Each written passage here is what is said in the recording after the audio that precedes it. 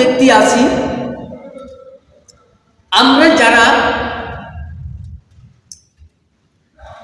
সমাজের ভিতরে যারা টাকাওয়ালা, পয়সাওয়ালা, কোটি কোটি টাকার মালিক, যারা লক্ষ লক্ষ টাকার মালিক, আল্লাহ রাব্বুল আলামিন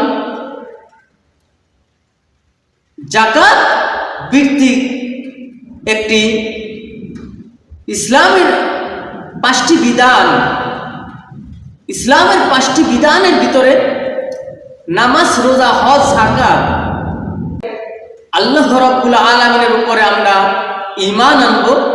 ঈমান আনার পরে আমরা প্রথমে নামাজ আদায় করব, তারপরে রোজা আসলে রোজা রাখবো, রমজানের রোজা রাখবো,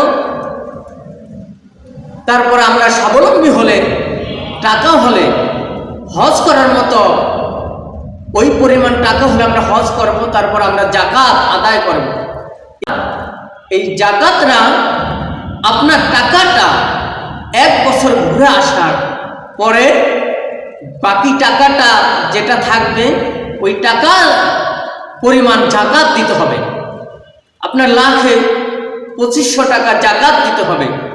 আমাদের বিশ্বনবী নবী মুহাম্মদ সাল্লাল্লাহু আলাইহি ওয়াসাল্লামের চাচাতো ভাই কারুনের এত সম্পদ ছিল, যদি কারুনের এত সম্পদ ছিল, তার সঙ্গীরা যদি তার চাবি বহন করত, তার সেই সম্পদের চাবি বহন করতে তাদের জন্য কষ্ট হয়ে যেত। এত সম্পদ ছিল কারুনের।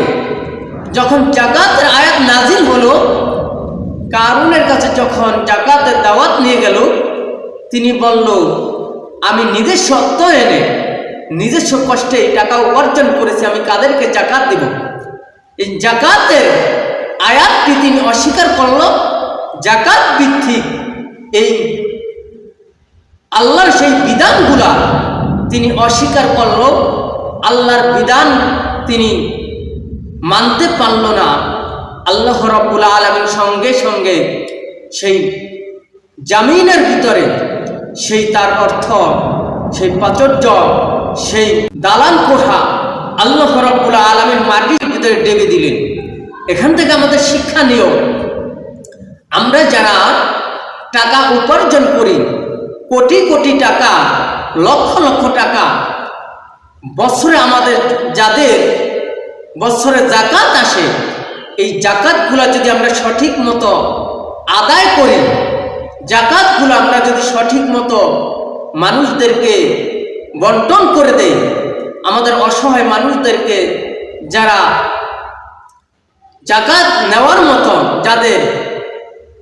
যাদের স্বাবলম্বী নেই, যাকাত নেওয়ার মতো যাদের মাধ্যম থাকে, তাদেরকে যদি আমরা পৌঁছে দেই ঠিক মতো, তারা আর কোনো দিন অসহায় থাকে না, তারা স্বাবলম্বী হয়ে ঠিক মতো খেয়ে পরে থাকতে পারে।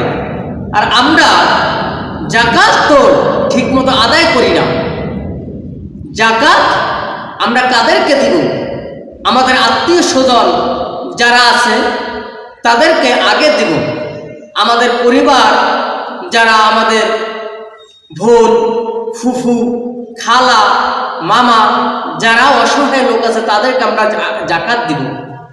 আর যারা আমরা কাপড় দেই, লুঙ্গি দেই, কাপড় দিয়ে যদি লুঙ্গি দিয়ে যাকাত দেন, যাকাত আদায় হবে না, যাকাত আদায় হবে না। যাকাত দিতে হবে আপনার চাঁদ ওঠার আগে যাকাত দিয়ে দিতে হবে। আমরা যাকাত দিব এমন ব্যক্তিকে লাখে 2500 টাকা, আপনি একজনের কাছে 50,000 টাকা পাওনা আছেন, কর্জে হাসানা আছে, একজনের কাছে আপনি 1 লক্ষ টাকা পাওনা আছেন, 2 লক্ষ টাকা পাওনা আছেন, ওই টাকার পরিমাণ আপনাকে যাকাত দিতে হবে। আপনার বাড়িতে 2 ভরি 3 ভরি স্বর্ণ আছে, স্বর্ণের পরিমাণে বাজারে যেই দাম আছে ওই দামে আপনার যাকাত দিতে হবে। আমরা যদি মানুষকে স্বাবলম্বী করার জন্য যাকাত ভিত্তিক এই দ্বীনি কাজ যদি ঠিকমতো আদায় করি, আল্লাহ রাব্বুল আলামিন আমাদেরকে জান্নাতের উত্তম মাকাম দান করবেন। তা না হলে আপনার এই রিজিক এক সময় মাটির ভিতরে ডেবে যাবে আর সাপ হয়ে আপনাকে ধ্বংস করবে। রিজিকের ভিতরে বরকত থাকবে না, আপনার বরকত উঠে যাবে। আল্লাহ রাব্বুল আলামিন রিজিকের বরকতগুলা আকাশে উঠিয়ে নিয়ে যাবে। আসুন আমরা যাকাত ভিত্তিক সেই দিনই কাজগুলো করি। আমরা সঠিক মতো যাকাতগুলা আমাদের মানুষদের মাঝে বিলিয়ে দেই। যাকাত এক সময় যাকাত নেওয়ার মতো কেউ থাকবে না। নবীজির যুগে সাহাবায়ে কেরাম যাকাতের টাকা নিয়ে 3 দিন 4 দিন ঘুরতেন, যাকাত নেওয়ার মতো একজন লোক পেতেন না। তখন একজন ধুলাবালু গায়ে নিয়ে আরেকজন লোক দেখতে পেলেন নিজে আসতেছে, তাকে মনে হয় যাকাত নেওয়ার মতো মানুষ তিনি, আমি মনে হয় যাকাত দেওয়ার মতো মানুষ পেয়ে গেছি, আমি ওই লোকটাকে আমি যাকাত দেব। ওই লোকটি যাকাত নেওয়ার জন্য ঘুরতেছে। তখন তার কাছে গেলেন, তার কাছে গিয়ে বললেন, ও ভাই, তুমি আমাকে গুনাহ থেকে বাঁচাও, তুমি আমাকে উদ্ধার করো। আমি যাকাতের টাকা নিয়ে ঘুরতেছি, একজন যাকাত দেওয়ার মতো লোক পাই না, আজকে আপনাকে আমি পেয়ে গেছি, আপনি যাকাতরা নিয়ে আমাকে উদ্ধার করেন, মুক্ত করেন। সেই লোকটি জবাবে বলল, ও ভাই, আপনি তো 3 দিন যাবত যাকাত টাকা নিয়ে ঘুরতেছেন, আজকে আমি 3 দিন না 4 দিন না, আজকে 7 দিন যাবত আমি যাকাতের টাকা নিয়ে ঘুরতেছি, একজন যাকাত নেওয়ার মতো মানুষ পাইনি। আজকে যদি আমাদের সাহাবায়ে কেরামদের মতো এরকম যাকাত দেওয়ার মতো প্রতিযোগিতা থাকতো, সাহাবায়ে কেরামদের মতো যাকাত দেওয়ার মতো আমাদের মন মানসিকতা থাকতো, আল্লাহর নবী বলেন, লা তাকুমুস সাআতু, ততক্ষণ কিয়ামত হবে না, হাত্তা যাকাতুল, তাদের অর্থ আছে, টাকা আছে, যাকাত দেওয়ার মতো মন মানসিকতা থাকবে না।